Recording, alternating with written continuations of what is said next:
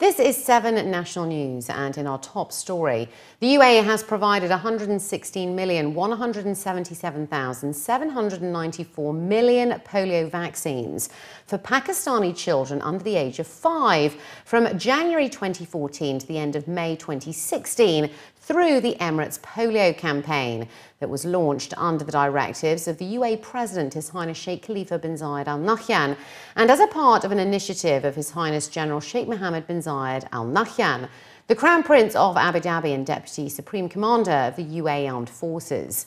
The UAE Pakistan Assistance Programme said that the polio drive has benefited children in 66 areas of the Khyber Pakhtunkhwa, Balochistan, Sindh and the federally administered tribal areas over the 5-month period. The effort is a part of the UAE government's 2013 pledge of 440 million dirhams to support global efforts to put the world over the finish line for polio eradication by 2018, with a particular focus on Pakistan, which has one of the world's highest rates of polio infection. It was in 2011 that His Highness Sheikh Mohammed bin Zayed and Bill Gates, who's the co-chair of the Bill and Melinda Gates Foundation, announced that they were working together to provide life-saving vaccinations to children in Afghanistan and Pakistan, where each side committed a total of $50 million each. The project's administration said that the polio vaccination campaign is being carried out on schedule and was accompanied by an educational campaign to promote awareness of the highly infectious and dangerous disease that attacks the central nervous system and can cause paralysis or death. As a part of its Ramadan project, Sharjah Charity International has distributed 27,000 pieces of Eid clothing to orphans and people in need in 22 different countries around the world. Abdullah Mubarak Al-Dukan, the Secretary General of the SCI, stated that the clothing project is one of the most important assistance programs delivered by the SCI to its sponsored categories in all countries. He added that 2.35 million dirhams was allocated this year to purchase new clothing for 27,000 sponsored people in over 22 underdeveloped countries. Al-Dukan added that the clothes were distributed before the advent of Eid al-Fitr, and that the SCI also distributed an Eid gift worth 500,000 dirhams to 23,000 orphans, bringing the total cost to 2.85 million dirhams. It sponsors 5 categories, including orphans, families in need, students, teachers and imams.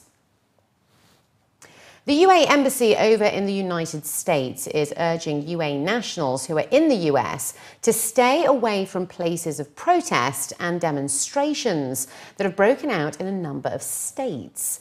In a statement, the embassy also called on citizens to contact their emergency number whenever necessary. The appeal came in a tweet posted by the embassy in the aftermath of a demonstration by supporters of Black Lives Matter, an activist movement in front of the White House on Friday, in the backdrop of the killing of 2 African Americans by white police officers. Following a partial opening of the Jumeirah Bridge on the beach road during the Eid weekend, the RTA has announced that the bridge will be fully completed in 3 phases this month. The completion of the new bridge will also mark the end of phase 2 of the Dubai Canal Project, with the new crossing expected to be fully complete by the 21st of July. On Saturday, the authority had opened 2 lanes from Jumeirah, 3 heading northbound in the direction of Jumeirah 2, while 2 lanes in the opposite direction are expected to be operational by Friday, the 15th of July. In June, the RTA opened Al Wasl Bridge, consisting of 3 lanes in the direction of Dubai and 2 in the direction of Abu Dhabi, in addition to a 2-lane ramp to serve the traffic from Al Wasl Road to Al Atha Road. At the start of this month, the RTA opened the southern bridge on the Sheikh Zayed Road from Dubai to Abu Dhabi as a part of phase 1 of the Dubai Water Canal Project. Following the conclusion of Phase 2, the RTA stated that works would now focus on digging a sector of the canal underneath the bridges, building quay walls of the canal, constructing 3 footbridges linking the 2 shores at prime locations, and building 10 marine transport stations. Works also include landfilling to make a peninsula along the stretch of Jumeirah Park, which would double the beach side of the Jumeirah Park. A new report by Euromonitor International has revealed that more than 1 million people drive to Dubai for work, with many preferring to stay in neighbouring Emirates due to cheaper cost of living. According to the report, the permanent resident population of Dubai was reported at 2.4 million last year, with an additional 1.1 million people driving to Dubai for work during peak hours from Saturday to Thursday from 6:30 a.m. to 8:30 p.m., making Dubai's population 3.5 million during daytime. Furthermore, latest figures from the Dubai Statistics Centre show that the number of people working in Dubai and residing in other Emirates has grown by 3% from 2013 to 2015. Meanwhile, the report added that the total number of domestic trips in the UAE reached close to 390,000 in 2015. According to the report, higher rents and increasing school fees are the main factors driving people to move to other Emirates, despite the presence of over 50% of the UAE's free zones in Dubai. According to a spokesperson from Euromonitor International, admin executives, sales reps and accountants will continue to drive demand in the job market in the Emirate. It was further added that mid-level professionals will continue to see Dubai as an attractive city to come and work in by any professionals coming from neighbouring Middle Eastern countries and European countries. 4,500 cancer cases are reported in the UAE every year, and cancer is the 3rd cause of death in the capital, accounting for 13% of all fatalities. That's according to the Abu Dhabi Health Authority. Officials from Burjeel Hospital were quoted in a local daily stating that 50% of the risk factors leading to cancer are related to lifestyle and habits, while the other 50% is down to genetics. Some of the lifestyle choices that can lead to cancer include being overweight, which triggers breast cancer, smoking, lung cancer, and consuming fatty foods that can lead to colon cancer, with research showing that 9 out of 10 people with lung cancer have had a history of smoking, and smoking is also linked to other cancers and heart disease. Health officials are also warning that lung cancer continues to be in the top 5 cancers in the country, and that shisha can be more damaging, as it is the equivalent to smoking a packet of cigarettes in just 1 hour. Officials added that at the end of the day, doctors in the UAE believe that it is very much up to the person themselves to change their lifestyle for the better. And finally, looking to other news, star Bollywood actors, award winners and members of the Indian film fraternity attended the world-exclusive screening of the 17th edition of the International Indian Film Academy, or IIFA, Madrid Awards, held in Dubai on Saturday. The world-exclusive screening of the award ceremony at the Hyatt Regency Dubai Creek Heights kicked off with a host of singing performances from various Bollywood films and an exclusive fashion extravaganza showcasing runway collections by the homegrown fashion brand Meher and Redeemer.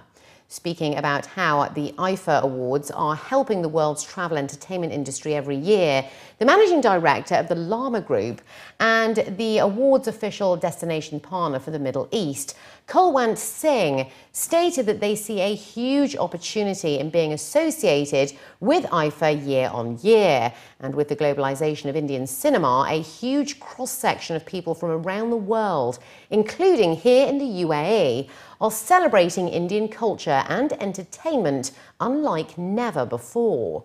Also attending the award screening were Vicky Kaushal and Bhumi Pednekar, who were awarded in the Best Male and Female Debut category for their great performances in Masan and Dum Laga Kahesha.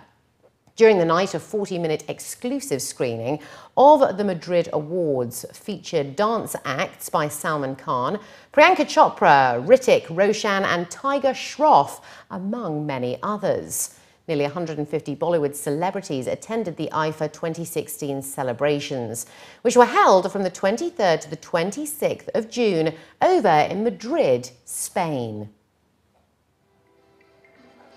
I've recently heard that China has been taking the number 2 position across the world when it comes to global filming, and India remains definitely, Bollywood remains the number 1 by far. And I think events like this will always connect people, will always make it prominent for Indian cinema to be more prominent. And definitely events like this act as a platform of networking and an evening where we could do exchange of various notes, cultures and sentiments, which is very, very important for our country and which is very important for globalization. I feel extremely humbled and honored that IIFA has given me this award for a film like Masan. I feel really honored because it's the 17th IIFA and it's my first time in IIFA and I win the award. It's really special because, debut happens only once and you get an award for that and you feel really, really special. And IIFA is one of those awards, that really celebrates our Indian cinema and it takes us globally to different cities, different places. This time it was Madrid and we are having the IIFA screening this time in Dubai. It's really very special to be here.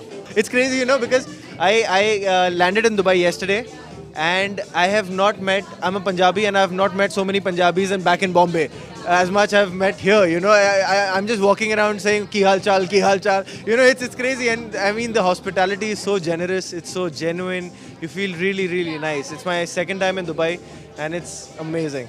Oh, absolutely. Like the Indian community and the Southeast Asian community over here is so large. In fact, I've been to Dubai a couple of times. I love shopping here. I love the food here. I think it's a beautiful city. It just doesn't ever sleep. So from a girl who's lived in Bombay all her life, I really connect with Dubai.